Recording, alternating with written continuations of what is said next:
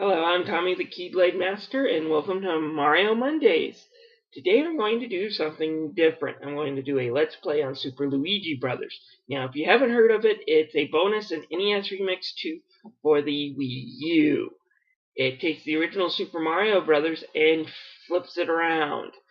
It also gives you control of Luigi, who jumps a little higher and has slightly slippier controls than the Mario we're used to in this game. It's a really fun way to replay the original Mario Brothers games for us pros, because it makes it a lot more harder, but it's still a fun challenge.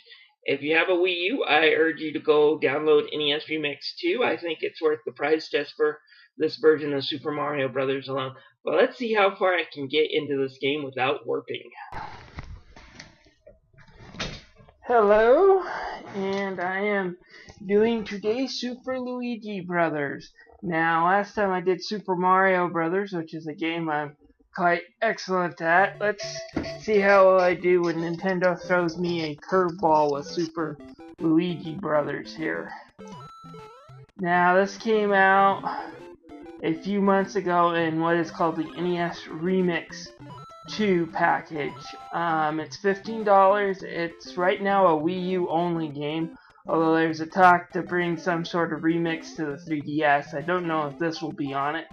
And if you're interested in the game, you might also want to wait a while, because from what I've heard, Nintendo is bringing out a retail version of this, which will contain both NES Remix 1 and 2. Anyways, Super Luigi Brothers is kind of a way of throwing in a hardcore curve to Super Mario Brothers. As you can see here, I'm going the wrong way. Normally you go left to right on a 2D platformer. Today I am going the opposite way from right to left, so that's the big thing. The whole thing is just slightly mirrored. However, they did more than that. If you can't tell, Luigi's jump is a lot higher than Mario's. It's not as ridiculous high as it was in the Lost Levels, but it's still pretty dang high, and that will screw you up in some of your more trickier jumps, especially in the underground areas. Today I am going to try to go through every stage in this Let's Play, just to see how far I make it before I get a game over screen. I have beaten this game once or twice, but I'll tell you, I struggled with it. Considering how easy I can beat the original Super Mario Brothers, I really struggled with this. And I think it's because of the mirror mode. If you think about it, if you're kind of the first time through Ocarina of Time, I don't think the Mirror Master Quest mode will screw with you as much as someone who's played through the original Ocarina of Time dozens of times. Because you just get used to your mind that, you need to go left at a certain turn when it's now right. And the order's screwed up. It can really throw off a hardcore player of that game. I didn't finish the GameCube Master Quest, mainly because I just got so flustered with it. Anyways, let's see if I can make that jump. Alright, went up is... Get back up there. Ooh, yeah, there is something nice to say about Luigi having that nice big jump. I'll just run across the rest here. Alright. Did say I wasn't warping, so I guess I better keep my promise on that. Last time I warped by habit, and in we go. See here, where's the next level will be treetops. By habit, I just went the wrong way there. Like I said, you get used to it after over 20 years of playing this, going a certain direction, and now that's gone. I'm still doing pretty good in my opinion. This is far from being Lost Levels challenging, but it's still pretty hard. Let's see here.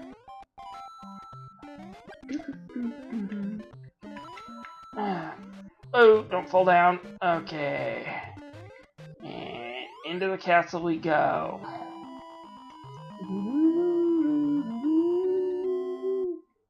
Like I said, this is kind of fun. I don't think you have to do something similar with this, like in Mario Brothers 3. That would be cool to play it mirrored. If you haven't played NES Remix, it's pretty much, this is the only full game on it, this mirrored Super Mario Brothers. The rest of them are kind of WarioWare mini games, except they all have a classic NES game attached to it, you know, so you'll find yourself like having to do something special in The Legend of Zelda that you might not have had to do, and there's some really great remixes.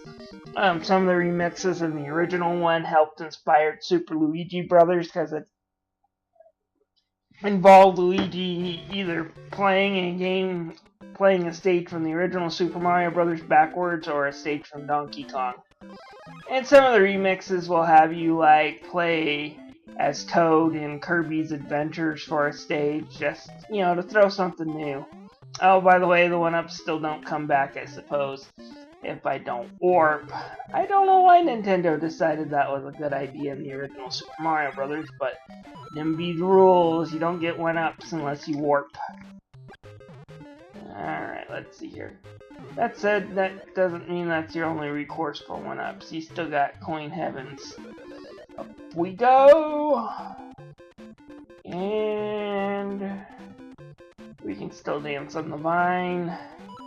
And get some more coins.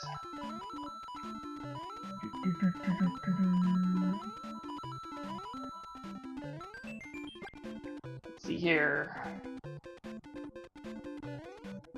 Different from the Coin Heavens you guys get in New Super Mario Brothers 2, where it's like 500 coins is kind of considered the norm. I don't really like that game. I've said that in my last Let's Play. I think it's a little too easy. I did like the Coin Rush mode that comes attached to it. That one's kind of fun and challenging. But the rest of the modes or the main game is actually kind of a snooze, which is unfortunate. But let's see here. World 2-2 going underwater.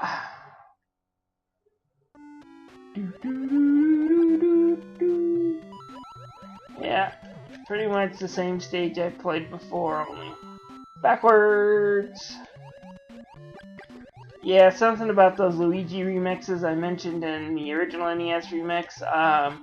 They were all green colored like the stages, except it was everyone that, you know, featured him, and they also reversed the time, coin count, and everything. Here they kept it the same, so they did a little bit more work than just basic flipping around, so I like that. It feels like it's an honest-to-goodness, legitimate game. And it's a great extra to put in a game like NES Remix. Again, it's $15, definitely worth a pickup. If you buy both of them, you'll get a championship mode that kind of mirrors the NES Championship editions that are uber rare NES games. So, you know, it's a really good pack. I'm going to add annotations at the beginning of this video to take you to my review at the beginning and end both, just in case you want to know my opinion. And like I said, there's going to be a retail disc collection, so you might want to check that out too if you own a Wii U. I said this is a great game for any old NES fan. Whoa! Ah! Saw that coming, but I couldn't move out of the way in time. Oh, well, I still got 5 lives left. Hopefully, I plan on having this Let's Play at least get to World 5-2. That's where the last one ended when I decided not to warp. Whoa! Flying fishies. Miss me!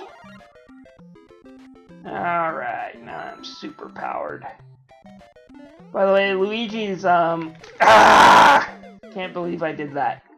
Anyways, Luigi's, higher and longer jump started probably in the Lost Levels and continued in the American version of Super Mario Brothers 2. I haven't played Super Luigi U, but I hear it's one of the things you have in that game is his deal with his bigger jump, and he's also got a bigger jump in some of the Mario Advance versions. Turning on Luigi mode will make the game harder, because, you know, you have to deal with this slippier controls and higher jump. what other game? Mario Galaxy 1 and 2 also has that as part of his character trait too. So, this isn't kind of a new thing. It's kind of odd that, in the Mario RPG series, Mario is known for being the jumper when his brother Luigi has a higher jump. Way higher jump. But like I said, this still isn't the kind of height you can reach in the Lost levels. Nor is it controlled as slippery in the Lost levels. The Lost levels, playing as Luigi is kind of impossible hard because jumps are just so out of control.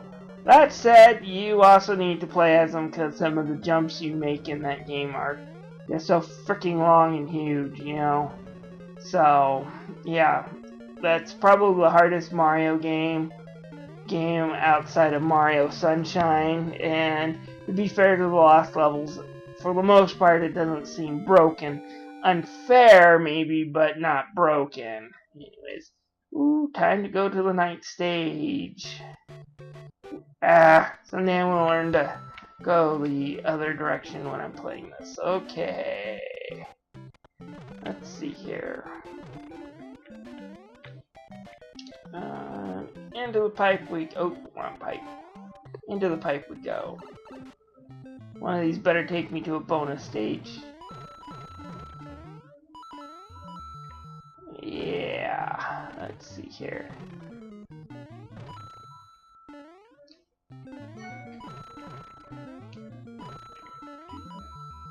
What's that? Didn't pick that up. My phone just buzzed, so nothing to worry about. Anyways.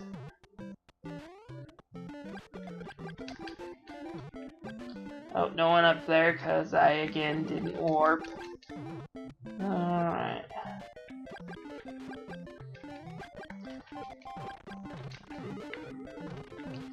Kill them Hammer Brothers.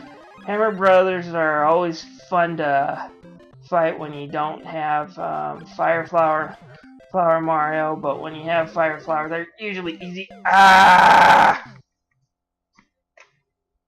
Again, I blame that death on the controls being just a little bit slippier than they are in the original game. Again, like I said before, these aren't Lost level controls, but they're close enough to screw you up. He's just a little slippier than Mario. He's not to the ridiculous extent he is in the Lost levels, but if you're not careful what you're doing with him, you will side off stuff and die, like I just did. Anyways, up to Coin Heaven.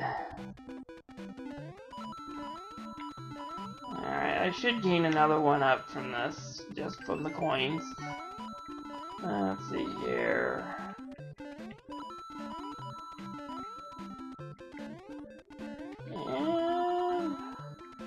And down we go.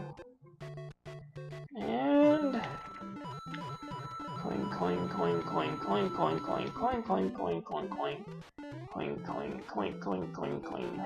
Let's see here. See if I can't do this. Nope. Never been really good at that one-up shelf trick in the original game.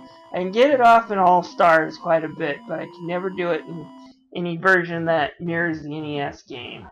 By the way, the fireworks still work the same as they do in the original one. End the stage with either a 6, 3, or a 1 on the end of the timer, and you'll get those fireworks. They're only good for bonus points, which do jack in this game, but still, it's kind of fun to see them go off. Get the fire flower.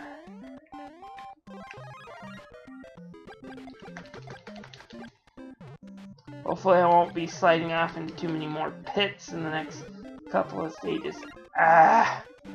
Get that too soon. I should have gotten down there and gotten the coins, but oh well. Running. Running, running, running. Alright. Do.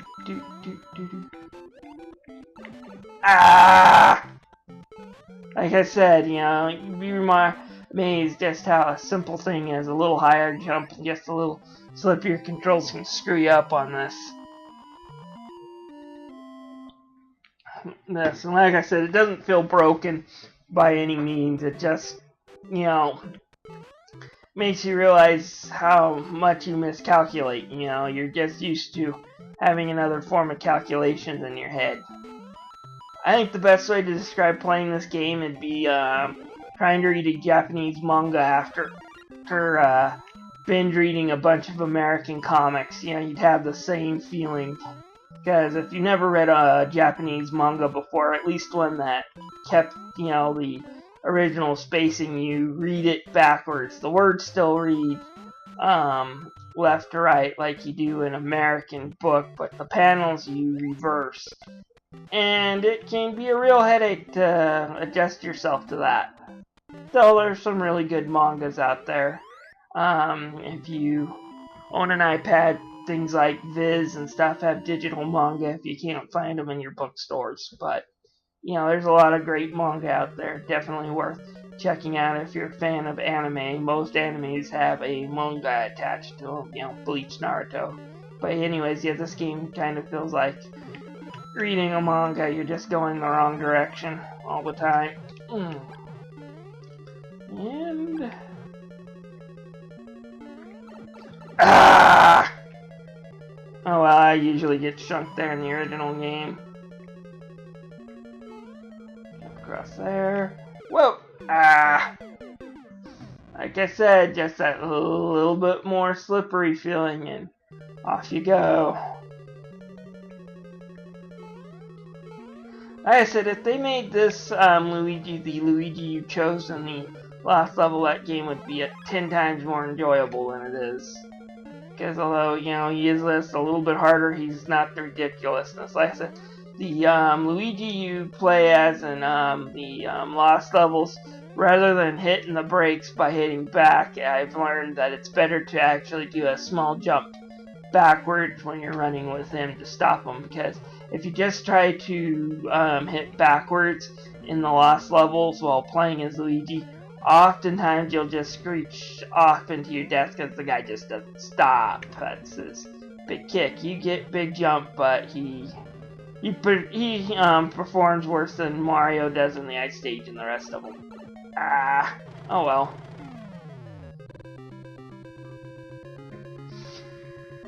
Thank you, Luigi, but our princess is in another castle. World 4-1. Okay, Lakitu's a little bit bigger of a pain in this one, because you gotta really watch your jumps with him. Luigi can jump high enough that on some occasions, if he's jumping from a platform, then you can actually hit him up there if I jump from those blocks or something. So, you know, I have to be a little careful, you know, and it's not high enough to stomp on him, but high enough to hit him. So, yeah. Lakitu's even a bigger pain. Still the same strategy from the first game, just bucket still applies here. And since I'm small, I can get that mushroom. Alright, let's see here. Try to remember not to take the warp that's ahead. Usually I die in 4-2 at least once trying to make the first jump in the stage, or one of the first few jumps in the stage, just because tried to stop to get the coins, but it was already too too close to the rope to stop. Anyways, yeah, I usually die in the first part here just because Luigi's high jump, you know, you'll hit the ceiling and, you know, just slide down. Yeah, see that ceiling? You know, you have to time the jump just right and not hold A all the way through, like, again, you're used to playing Super Mario Brothers, because, you know, full jump will just hit that ceiling and then you fall down in the pit. There's the coins. Let's see here.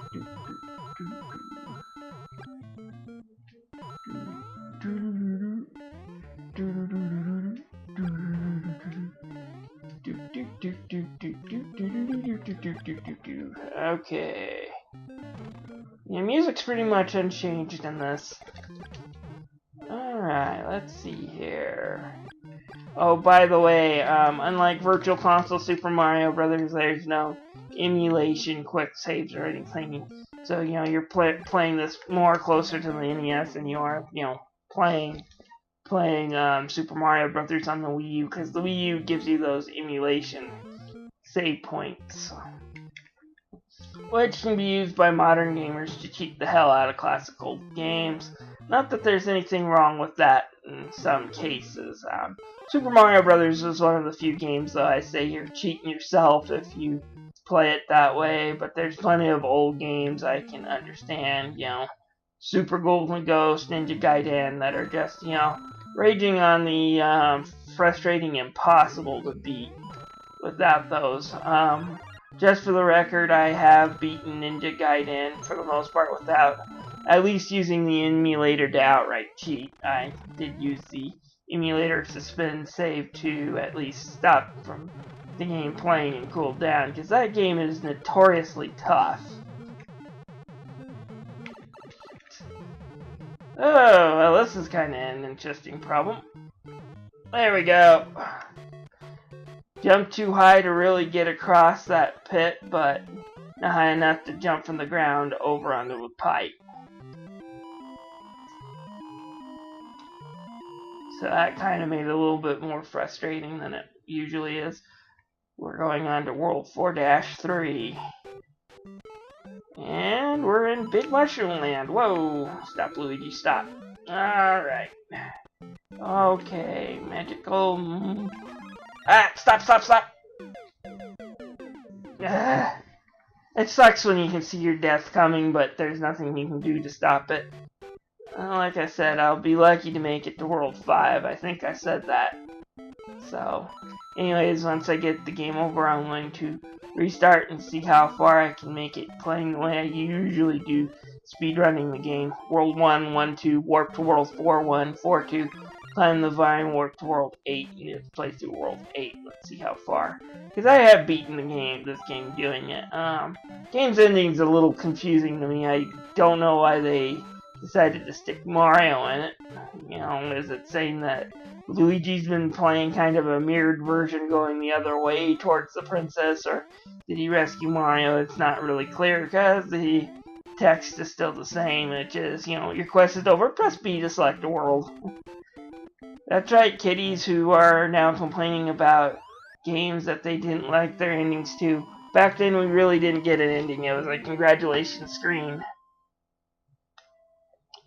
And sometimes a very short credit roll. Let's see here. Remember, I have to go up. And then over here.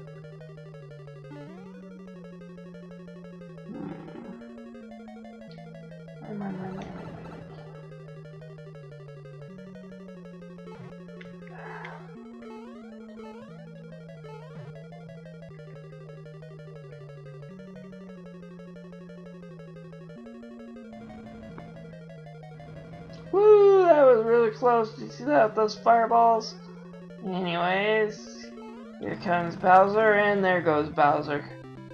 One of the easier boss in video games, ironically. You just have to run past them and grab that axe, and that's all it takes to beat Bowser in this. I have to admit the other Bowser fights with them in Mario 3 and Mario World panned out a lot better.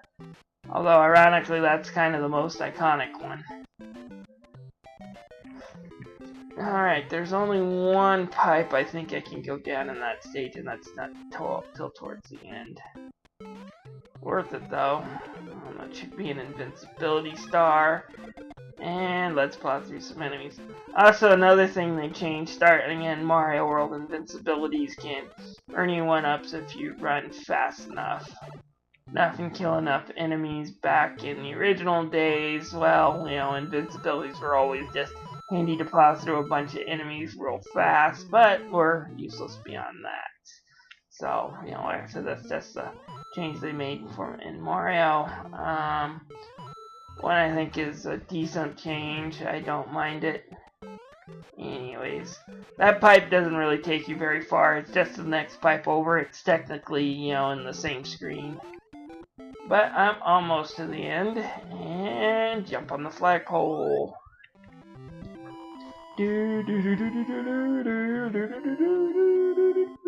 Even the flagpole's reverse.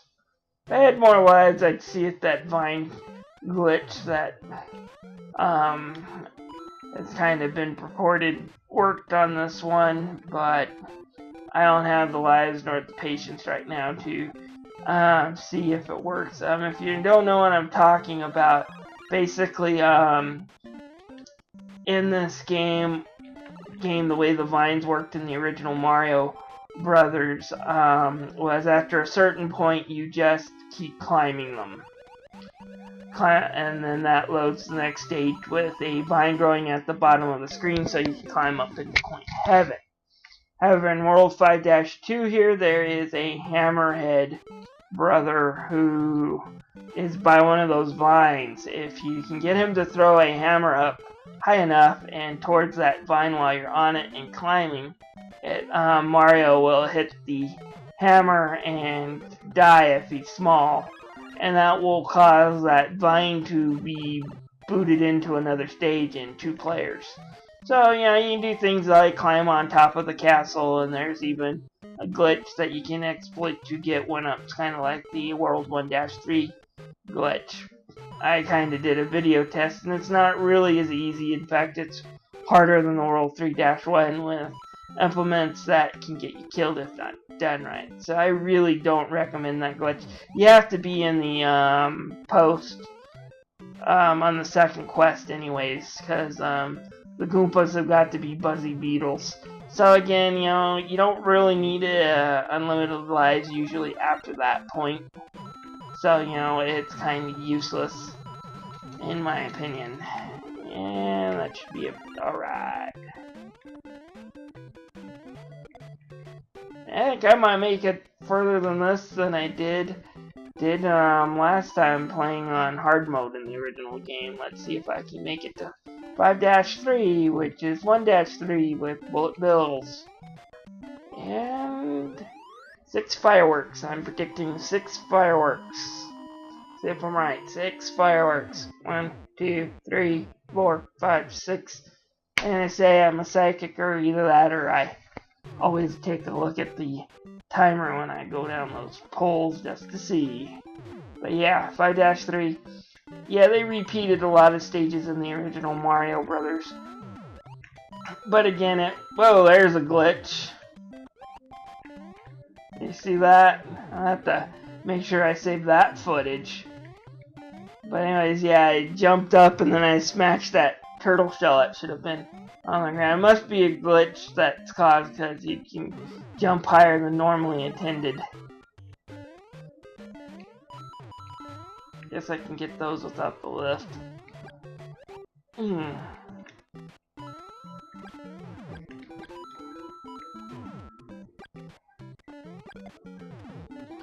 Let's see here. Ooh, 3 coins! Nothing like hearing that sound when you're low on lives.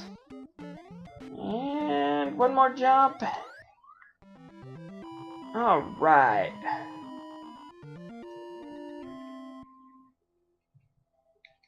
If I remember right, 5-4 is also World 1-4, except with more... Oh no, wait, correction, it's 2-4 with more fireballs.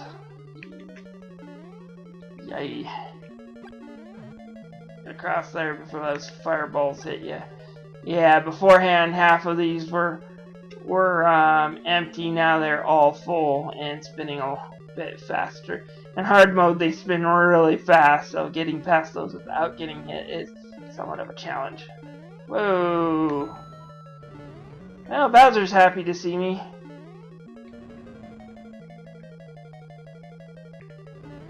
Miss me. Whoa! Okay. Lucky 2. One of the things I did like about Super Mario Land is that, or Super Mario 3D Land, is that all the Bowsers have Tanuki tails except for the real one, and when you dunk them into the lava they change into other enemies. If you know about Tanukis in Japanese lore, they are shape-shifting tricksters, and it kind of fits in with this game's motif too.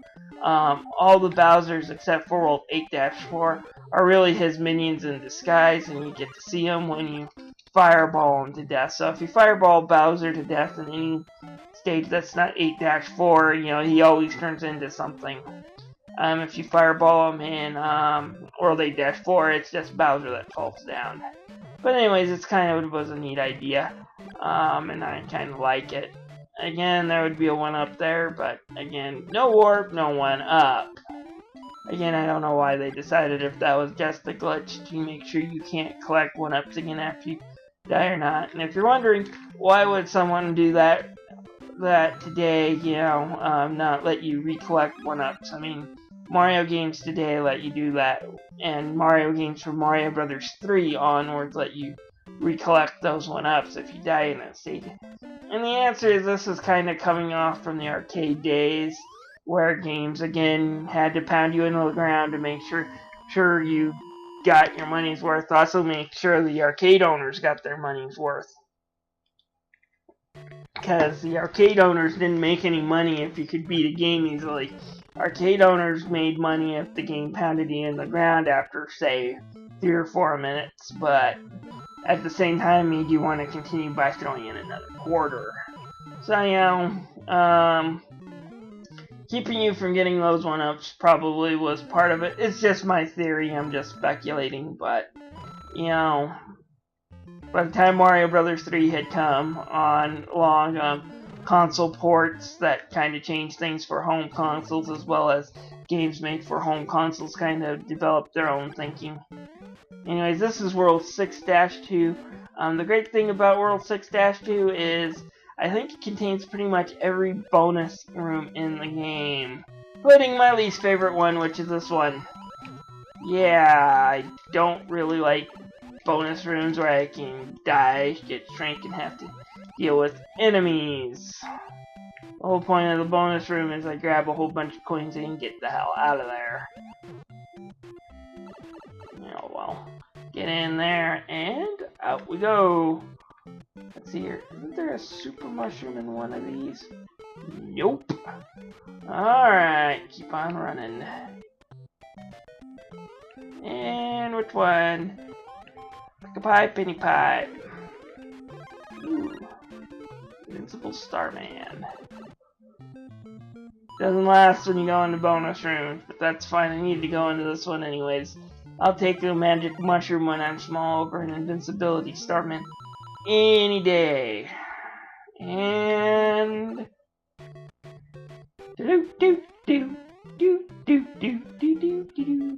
let's see here. I'm almost close to the end of the stage. That pipe doesn't lead anywhere. Because next stage is World 6-3. It's supposed to be a snow-covered stage, but it just looks kind of weird. It's all gray. Doesn't really fit in, but I guess it's supposed to be snow falling stage. Mario All-Star kind of encapsulates it a little bit better because there's snow on the trees and it's not all gray looking. Like I said, limitations of the technology and what you could do with the technology back in those days. Yeah.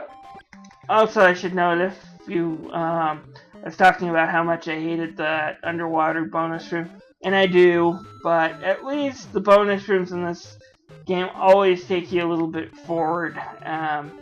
In Super Mario All-Stars, there were bonus rooms that would take you backwards, and not only necessarily always just backwards in that stage. There were bonus rooms that could take you to warp zones that led you to warp to World 1, you know. There was a warp zone in World 3, I think, that, you know, if you got the bonus room and ran through it thinking, oh goody, goody, goody, I just got a whole bunch of coins, let's see where it goes, it would pop you up into a warp zone that would lead you back to World 1. So, rather than rewarding you with a bunch of coins, you just had to go back to the very beginning of the game. So yeah, said I don't think the game's as broken as Mario Sunshine, but it had a few odd decisions in it that definitely goes into WTF territory. Anyways, World 6-4 is World 1-4 repeated, only with more fireballs. And down we go. Let's see here, there should be, whoa, well, there's coins around here somewhere. Oh, there's one, but I don't really feel like getting pelted by fireballs for what amounts to 4 or 5 coins. Shoot! Oh well, run and grab the axe. We're heading to World 7-1. I made it a lot further than I thought. I thought I'd stop at 5-2. Oh, World 7-1. Let's see if I can beat the game every stage.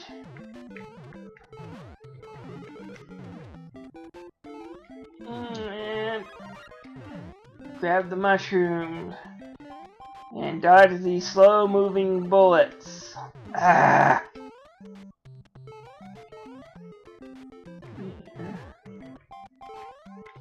Ah, crap.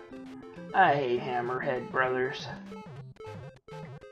They're the most annoying enemy in this game. Hands down. Lakitu you can at least outrun most of the time. Hammerhead brothers here are just eesh. At least it's just a normal bonus coin room. And I got one up out of it. Nothing to whine about. Let's see here, going on up, and I think there's one magic mushroom towards the end of the stage. There's also an opportunity to do a 3-1 trick with the Buzzy Beetle. Again, I'm not really good at getting it on the NES version. For some reason, I guess it must be the way they detailed the sprites, but it's really easy to get those tricks to work on the All-Star version. You think they would have worked at taking it out of the game because they didn't work. Oh well. World 7-2 is the same as World 2-2, only more bloopers. And this time I don't have fireballs, so this is going to be real fun. Swim as fast as you can and don't get hit. Best thing to do with the bloopers, if they corner you at the bottom of the screen, you have to be real patient. And worst case scenario, they'll nail you and you die. Oh yeah, you squids. When I was young, I always thought those were jellyfish, but I guess they're supposed to be squids. And anyways, I heard Splatoon was supposed to be a Mario game, and I kind of believe it. The squids they use when they show jumping around do look an awful lot like the bloopers here. I'm kind of interested in the game. If I hear good things, I might pick it up. It's not something I'm interested enough to pre-order, but you know, it does sound like it would be a good game for the Wii U. We'll find out what's going on. Speaking about other Nintendo news, off topic. They are releasing another 3DS. I'm still not sure what to think about it. Nintendo released a peripheral for the original 3DS, which did have that second analog stick and those 2 extra buttons. They also released but it was a GameStop exclusive, and they're a little hard to find. They're not extremely rare, but they're a little hard to find. That they released an XL version, which I never bothered picking up, that was only available through their website and is no longer currently available, that had again a second analog stick and those 2 extra buttons. So it's kind of like Nintendo's been saying, well, you don't really need this peripheral, we're only doing it because a few of our third-party companies like Capcom wants to have it, so we're going to give it to the players, but it's only going to be on those few third-party games. And now, you know, they come out with their own model with the analog stick already in it with those extra buttons, and then exclusive games that you have to have that current model. You can't just stick in that analog glove too, so I'm not quite sure what to make out of it. The extra battery life is always nice. The 3DS systems always have had somewhat subpar batteries. The original model just flat out sucks. I mean, Star Fox 64 port actually had a battery bar on the bottom screen just to watch as the battery kind of went down several bars just playing through that 1 hour game because it only lasted 3 to 4 hours at most. That 3DS one. The NCL does look quite a bit better. But anyways, I'm not exactly, going to go run out and pick up that game. Also, ironically, and it hasn't been confirmed for American release, but ironically, the game there, I guess they're hyping is Xenoblade Chronicles, a game that we Americans had to scream like hell to get onto the Wii. The original Wii was a GameStop exclusive, and let's see here. I'm trying to remember the route. I don't usually go through 7-4. There we go.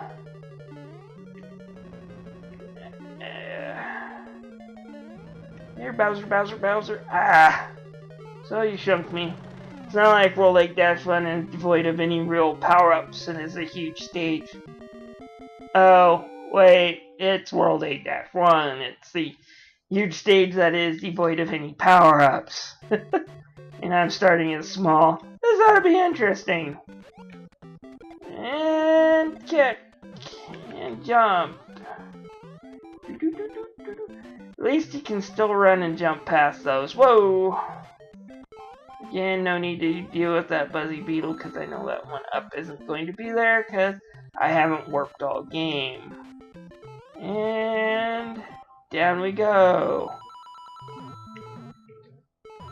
And guess I better not goof around too much. This stage is, like I said, one of the longest in the games, and they don't give you any time or power-ups to really complete it. It's one of the reasons why this is kind of the stopper of most Mario Brothers players.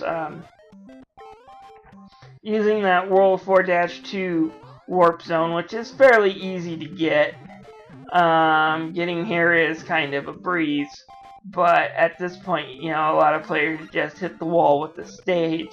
I think I mentioned it in my original Let's Play, but it's a joke on Ernest Scared Stupid. He kind of mentions it as, kind of this doomsday scenario that he runs through all of them, and he mentions this is kind of the, end of the road for Super Mario Brothers, as the joke. Again, Ernest Scared Stupid is not exactly a great movie, but it's better than the Super Mario Brothers movie that came out in '93, so like I said, not a classic, but and hey, 60 seconds still left to beat. Just to show you, I normally have 99 seconds, so that took me a little longer than normal. And from the Koopa. Okay, might be a little harder dealing with the Lakitu here. I gotta watch my jumps. I don't want to end up accidentally smacking them.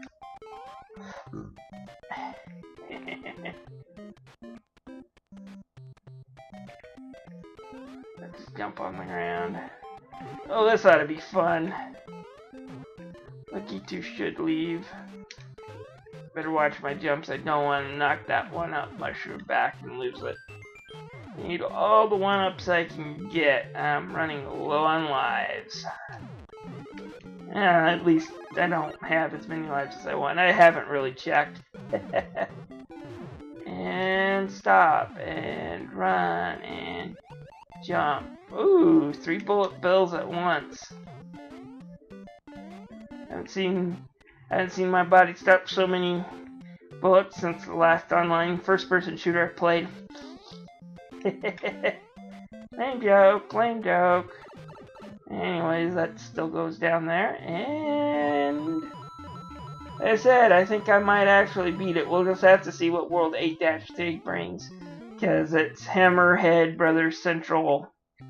So, 8-1 might be the killer stopper, but 8-3 has them frickin' Hammerhead Brothers. Fortunately, it does have 2 places where you can grab Fire Flowers, and if you're Fire Flower Mario, those Hammerhead Brothers aren't a threat at all. But if you're regular and Super Mario, they can kill you pretty fast if you have to tangle with them. General idea, don't unless you have to. And 8-3 gives you places where you have to. Anyways. And down we go. Let's see here.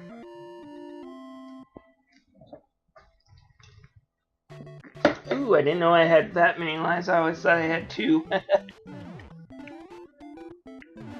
4, and if I'm lucky, I might get a 5th one before the stage is over. Get rid of that bullet bill. Here comes the Hammerhead brothers. And there goes one. And there goes the other one. Yay! Hope I don't lose it with the next upcoming flock of bullet bill cannons. There should be a Koopa Troopa. I can fireball out of the way. And here comes the second pair of Hammerhead brothers. Alright. Since I got them out of the way, I don't need that fire flower, and I won't worry about getting it.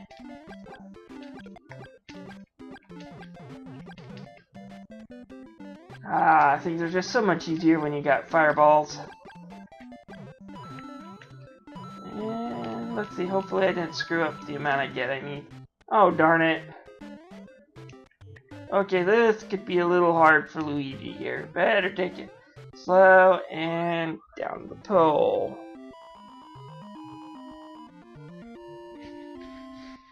Alright, Bowser's Castle still the same as last one.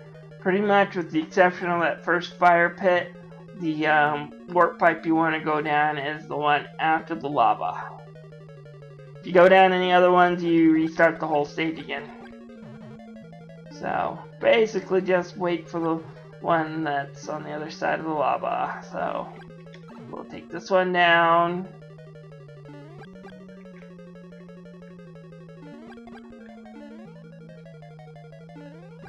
And let's see here, what else?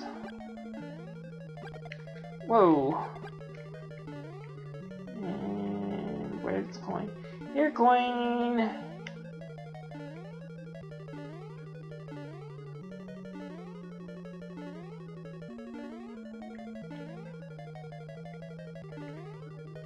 Okay, this is embarrassing.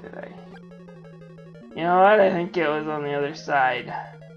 I'll just have to repeat the section. If you don't go into that warp pipe that you need to, just keep going and that section repeats itself. Better the section than the whole stage. There we go. I got it turned around. You know, like I said, you usually approach it from that side in the original game, so I ran past where I was supposed to go. And let's see here. Yeah, I barely got in there. Alright, the underwater section, so we can deal with bloopers. We dealt with Cheep Cheeps in the last section. Like I said, before World Dash 8.1, or World 8 in its entirety has every enemy and scenario in the game. You gotta deal with Lakitu, Hammer Brothers, the squids, the flying fishes, the Koopa Troopas, a few Goombas, everything, the piranha plants. So it really does have every enemy in the game. Game is kind of this one big menagerie. Hey, I think I can beat it if I don't screw this up. Oh well, you shunked me, Bowser. I'll just knock you into the pit. And, well, here's the ending. Thank you, Luigi. This is over. We present you a new quest. Press B to select a world. Well, thank you for watching. Like I said, it's the same ending as before. You know, you just select a world. You start with it. Everything's faster now with Buzzy Beetles. So, you know, again, it's pretty much the exact same game, except they mirrored it and they changed the way Luigi plays. If you're wondering if the second player is Mario, no, you're Luigi on both sides. So, you know, it's really Luigi's game. It's an actual, my personal thought, an excellent addition to the NES Remix series games. Trying to see what I have to do to get that menu up, if there is a menu I can pull up to get out of here, but I don't know, maybe there isn't. Once you're in the game, you're stuck. Oh well. Well, thanks for watching, and please subscribe to my channel. Bye!